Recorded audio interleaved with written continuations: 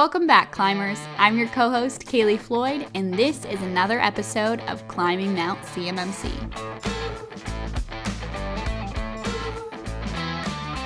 Today, Bobby is joined by Karen Stanford. Karen is the president and founder of Archstone Security. She has also been working in FedRAMP consulting since the beginning. We are so excited for her to share her knowledge and insight with us today, and we hope you enjoy today's episode.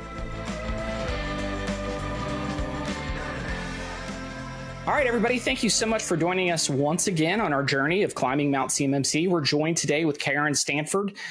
Karen, now you've got a lot of experience dealing in the FedRAMP environment. Can you talk a little bit about how you might see your experience being perhaps valuable and also different in the CMMC space, because you're going to be seeing a lot of introduction from the SMB community as they're being kind of forced either kicking or screaming into this space? I have largely been working in the FedRAMP space since its inception. I started in, I think, 2014 when FedRAMP was new and worked with COFAR, which was at that time Veris Group, to do multiple both assessments as well as advisory work for clients who are seeking FedRAMP accreditation. So I have an understanding as to what the government, and a little bit more specifically the DoD, since they are on the Joint Advisory Board and they have played a part in accepting some of the interpretations that we're looking at in CMMC, they have already decided some of that. So, right. I'm happy to help bring any experience I can to the table with respect to how do you test a control, what are your assessors looking for, and what is a sufficient implementation for this control. So I'm hoping to help out the CMMC space with that.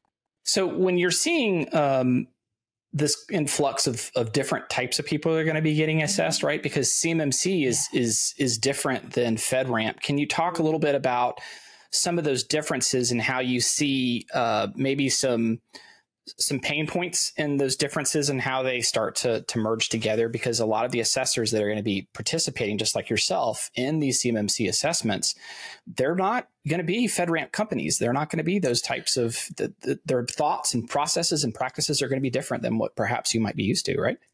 Absolutely. And I think that a lot of the organizations that we find seeking support in this realm are those who are a little bit more in manufacturing, who may not even, IT is not their thing. They don't understand IT. They have a network. That's about all they know about it. They're completely unfamiliar with any of the federal requirements, and they don't really understand what to do with the CUI that they're using in the workshop, what's good enough there. And that's also an area that 800-171 is a great IT framework for basic cybersecurity hygiene. However, it's really short on the physical controls that you need to assess in an environment that's manufacturing. So I think that that's a big area of opportunity in this space.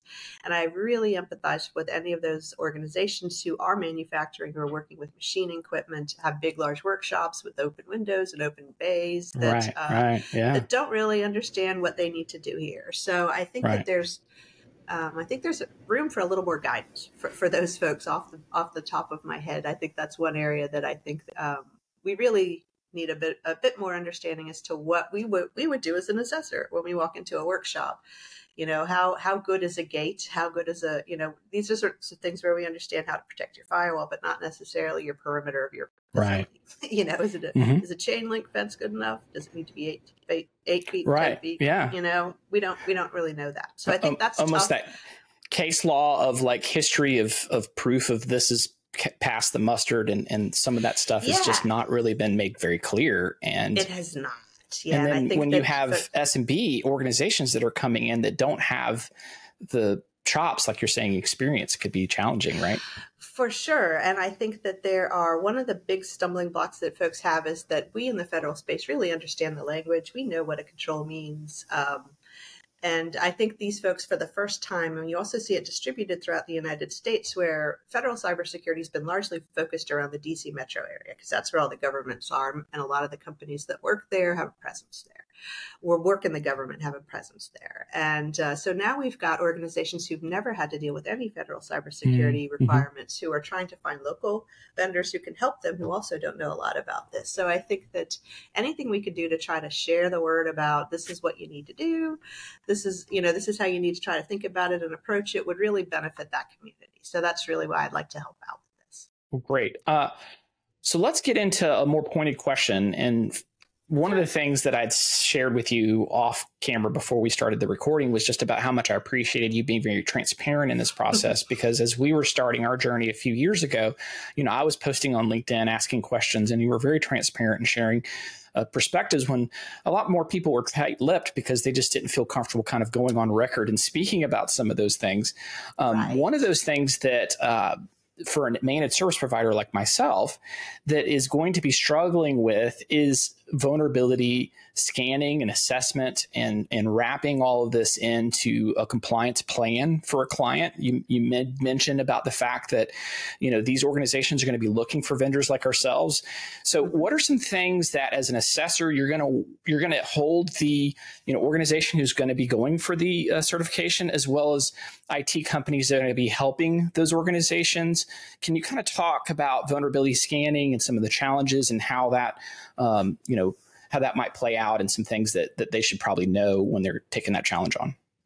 Sure. So I think one thing to make folks aware of right off the bat is that with the new revision of 800.171, there are some organizationally defined parameters introduced to the vulnerability scanning controls. So what that means is that there is a parameter in the control, I think it's 311.2. There's three. There's three parameters in there that you basically need to have defined for you. So we are waiting to see how that will occur for the DIB.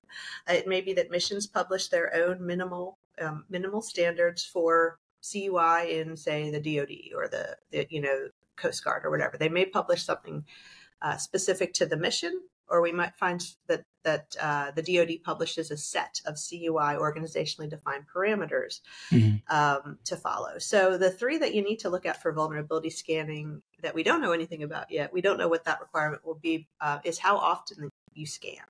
Right. So the first thing you need to do is figure out how frequently you scan. And my recommendation here, starting with FedRAMP, which is the most extreme, and I would not recommend at all the FedRAMP scanning requirements for this CUI program because it's a little bit too restrictive. But, the most stringent that you see is that you patch every 30 days using fully credentialed scan, and you scan all of the network components.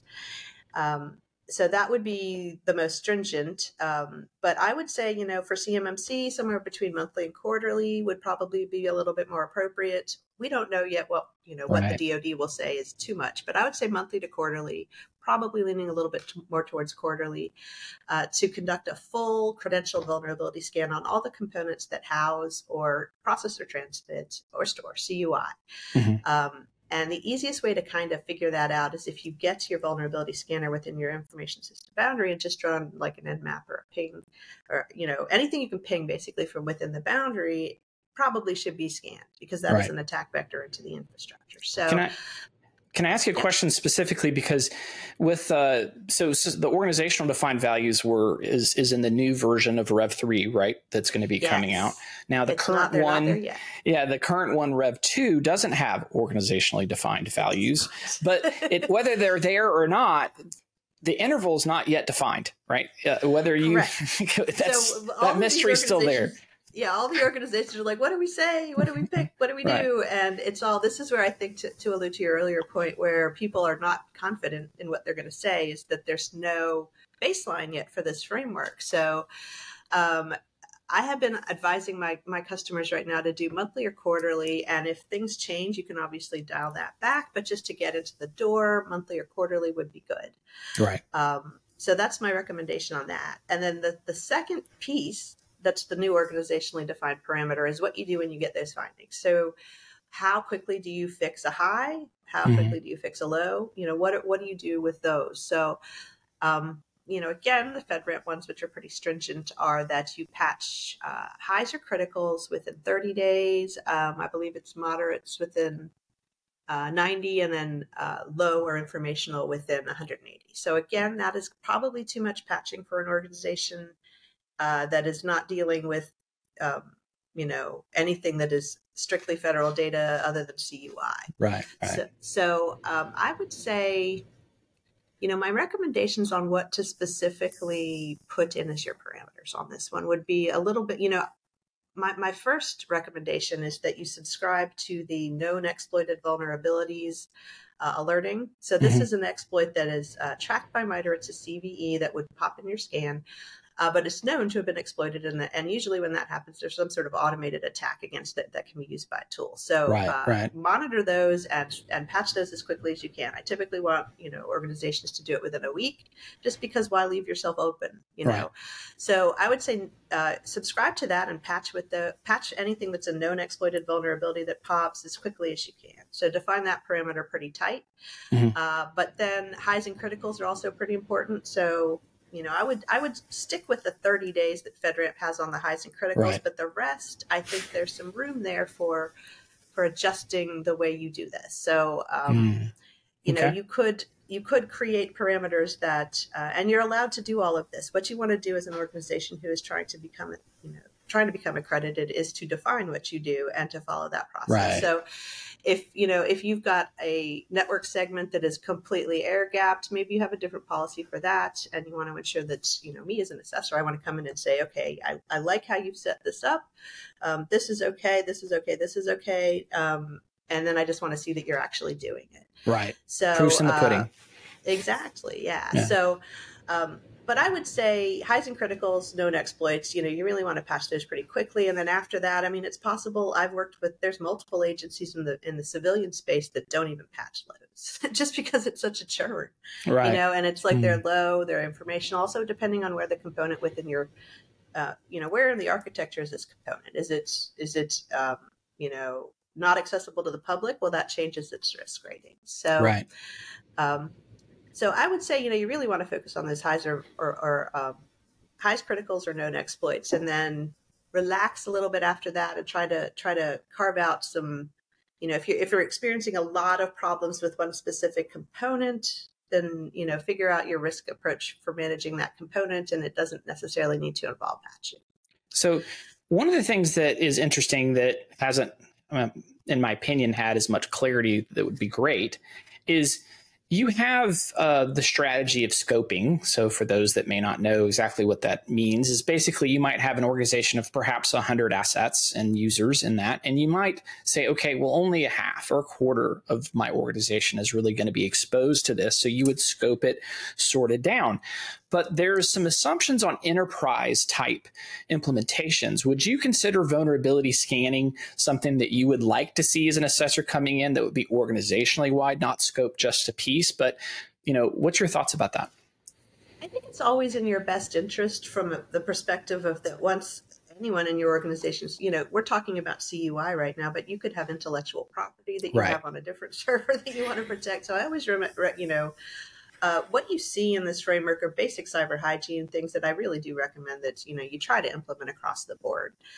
For this framework, we really only care about your CUI, but as a cybersecurity practitioner, I'm always going to recommend that you do manage vulnerabilities and stuff like that across your enterprise. So there's other stuff to protect. If someone comes to you and says, "Hey, I only want to do the bare minimum," not a great attitude, as I think we can both agree on. But they're like, "I don't want to, do some of these specific controls." And vulnerability scanning is something that can generate a lot of work for organizations to go through and clean it up. And they're very tempted to say, "You know what? I'm going to stay within this scope only." Do you feel that would be a situation where there would be some frowning but still met, or would you say not met? It's a tough call. It's a tough call, isn't it? Yeah, I'm kind of in the camp. In watching organizations attempt, like I just recommended, I have one client that just got, I think they just passed their DIPCAC audit, but I recommended FedRAMP. I was like, just go with the FedRAMP parameters. Nobody's going to give you a hard time over the FedRAMP parameters. But what they learned was that there was a huge amount of effort in scanning and patching that they were unprepared for. And this was a managed service provider supported. So that basically every time that they needed to have anything scanned or patched, they needed to pay an hourly rate. Right. And so that, quickly becomes hey, how can we tailor this down to make it a little bit more effective? So, that's where I always say, make sure you're doing the known exploited vulnerabilities, and then perhaps you do the highs and criticals. Or you have a different, maybe you scan, perhaps you scan for highs, criticals, and do those remediate those on a monthly basis, but you do a whole enterprise system scan with all of the components only annually. Right. And try to do it from that. So there's ways you can play with your parameters, but you absolutely want to see, like, the objective of the control is to ensure that all the software components within your environment are patched and not vulnerable to exploit. Right. And there's a lot of different ways to do that. And what we want to see, what I want to see is that you have a reasonable, well-defined process to do it, and you understand when you're doing it, and then I'll look at it to see, is this actually going to address your risk? So, if we look at the known exploited vulnerabilities, I think there's like over 200,000 CVEs. Oh, it's crazy. And yeah, CVEs are what the vulnerability scanner is evaluating. And of that, only I think it's like less than 1,100 have actually ever been exploited. So that, that's your fuel, I think, to say maybe we shouldn't be scanning everything as much. Not all of these are as high a risk. Right. However, that being said, the DoD is going to be very adverse to risk. Like if they're asked a question, should we do option A or option B, and option B is more secure, they're more likely to go with that. So, I think that's going to encourage them to start doing overlays to kind of force the hand of things. And it's going to be interesting to see how that plays out. But when you're dealing with managed service providers like us, and they are providing technical controls around vulnerability scanning, what are things that you see are going to be challenging for an MSP? What are some things that you may be concerned that they may be doing wrong? Just some insight you could share about that. Sure. I think there's two big things that we will find when you go into an organization that's new to this and is trying to set up their vulnerability scanning. And the first is that they're not using credentialed scans. So you really want to ensure that when you're running a vulnerability scan on your infrastructure, you're doing it as an admin, because they have the means to read settings with those credentials that you don't see with the with the uncredentialed. So I always recommend that you do credentialed scanning. And the other thing that you'll often find is that organizations are just doing external only. They're only caring about what they can get from the outside. And that is also not the best approach. So you really want to be doing internal credentialed scanning. And my advice would be that anything that you can ping from within your CUI environment, any component is a candidate for being, scanned. And I think from there, you want to tailor it. So if you have some printers, maybe you scan the printer and horrible things happen. That's where it starts to spit out a lot of different things. They'll freak out. And maybe, I think another issue is that a lot of these components they can't be patched. There's some little library within, the printer, and there's no patch issued by the vendor, so I think you need to understand what you're looking at and patch what you can. And then after that, if they're static components, maybe you take them out of your scanning cycle, or you only do them manually. But I think those are the two big ones that you see the most often. And then another is not including, I think I kind of started that, but not including the right components. So again, anything that stores, processes, or transmits CUI, really we care about if those are patched and being managed appropriately. So that's, I think, my best advice there. So for managed service providers like ourselves, we like to use tools. We like to bring tools in from outside. And there has, right now at the time of this recording, we're actually doing very well as far as recording things in advance. The ruling has yet to come out, but that might be changing when it finally drops next year, which is when this recording has been happening. So it is entirely possible that we might get some insight that says, hey, this type of information of these scans may be considered sensitive. Can you talk to those type of concerns about tools and things that MSP should be aware of? I can, and this does touch on something else that I'm not sure they'll address in this upcoming rulemaking, but it's going to become an issue. And there's there's a parallel in FedRAMP in that when you talk about what's CUI, what's federal data in the FedRAMP world, they basically, for FedRAMP, they do believe that your scan results and that your audit data is federal data. So for that reason, anything that it sits on, resides on, is in scope for the assessment. And there's been no such ruling like that for CMMC. However, if it does go the way that FedRAMP went, that would mean that, for example, if you're using a security operations center and you're porting your logs over to them, well, that data, the FedRAMP, the way it shook out FedRAMP is that that's federal data. So now it's sitting in an unmanaged environment. So that vendor would need to become accredited as well. So we don't know how that's going to go yet. But I think that if I were doing anything like, the two big things to wonder about are scan data and audit data. And I think those are the most likely to leave the boundary because most folks are like, I'll just pay someone to do that for me. So to get around that, you can always ensure that the data stays within and that you have folks coming in on VDIs to look at it or do their thing. But those are considerations I think managed service providers should be looking at now. Are we pulling in data that could potentially become federal? And if so, are we ready to do CMMC ourselves? Great point, Karen. Yeah, that's so true, because you could find yourself in some pretty hot water that if you've already gotten clients that have gone very well down the journey and then the ruling drops and it's very clearly providing that security protection data, I think was the leaked document that had reference to that type of information. Yes, I forgot about that. They could potentially say, okay, well, this tool that you have that's cloud only is now off the table because you can't utilize it. Yeah. And to the cloud only point, there's the requirement that these solutions be FedRAMPed. And that's where I think, absent the designation of audit data or scan data as CUI or federal data, that's just what needs to be clarified. And I think you hit upon the point where they're going. The draft was leaked, and it does seem that that's the way they're going as well. So, it's really something to think about now. And my advice for anyone who's doing it is just try to keep it, until we know, keep it within the boundary of the organization that you are that's seeking accreditation. So let's talk to some strategies about that. I know we're kind of running a little bit long on time, but can we just quickly talk on some strategies about how you might be able to do those scans in boundary? You talked about providing, access to external contractors through a VDI solution or something, but to be able to try to keep data still in boundary. Can you talk a little bit about that? Sure. So I guess there's two ways to go. One would be to use a FedRAMP accredited service to do this, and unfortunately, those usually come with a big price tag. So there's not always that's not always an option for a lot of organizations. So if you are able to get with one of the external SOCs that has a FedRAMP accreditation, you're fine. You can just use that. But other than that, there's just a few different ways. I mean, one, you could provision a laptop to your vendor who's providing your scanning or your monitoring or your auditing. Or you can establish a virtual desktop where they just go into a VDI, authenticate to the tool. And that's another thing. You want to keep the tools themselves within the boundary if possible. So that doesn't work great for some SOCs where all of the tools, they have a lot of high-level detection and analysis tools, and they're all within their boundary. And it's really the easiest for them to pull that data in and use it.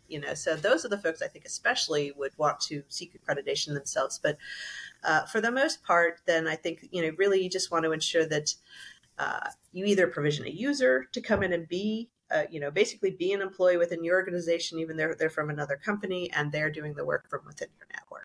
Now, I've heard of organizations using Microsoft Sentinel and keeping the data inside the client's container, and even standing up maybe a GCC or GCC high container and using Sentinel to then grab even local data and ingesting it, but still keeping it in their assessed container as they go through their assessment. And that all happens.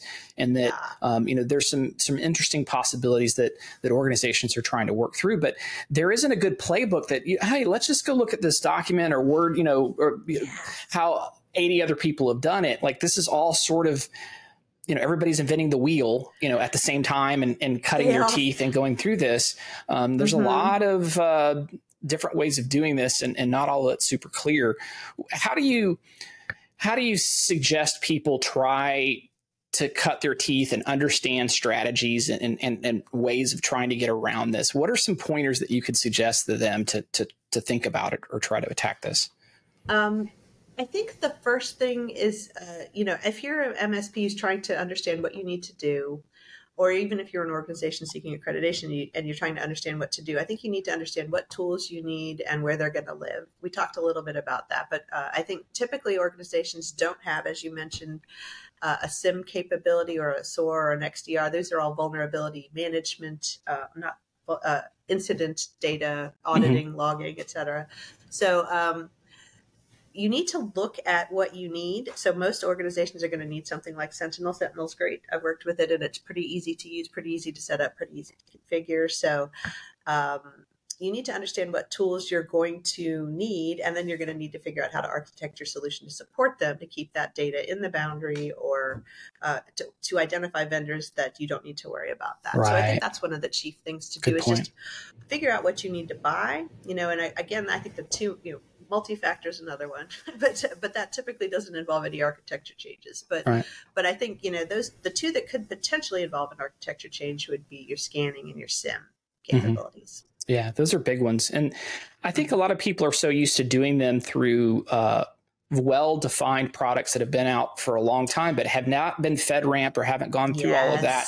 That all just disappears immediately as you step into that CMMC environment, and you really have to start thinking, oh my gosh, these rules of engagement are different, and the players are different. In some cases, how do we accomplish this? And that's great advice. Thank you so much for joining us today. I really appreciate you shooting straight and sharing your perspectives and having that FedRAMP experience, because I think a lot of what DoD is going to be thinking is through that lens, and I wouldn't be surprised if some of that starts getting overlaid and applied over time, if not through some of the ruling that we're going to see. So thank you so much for joining us, Karen.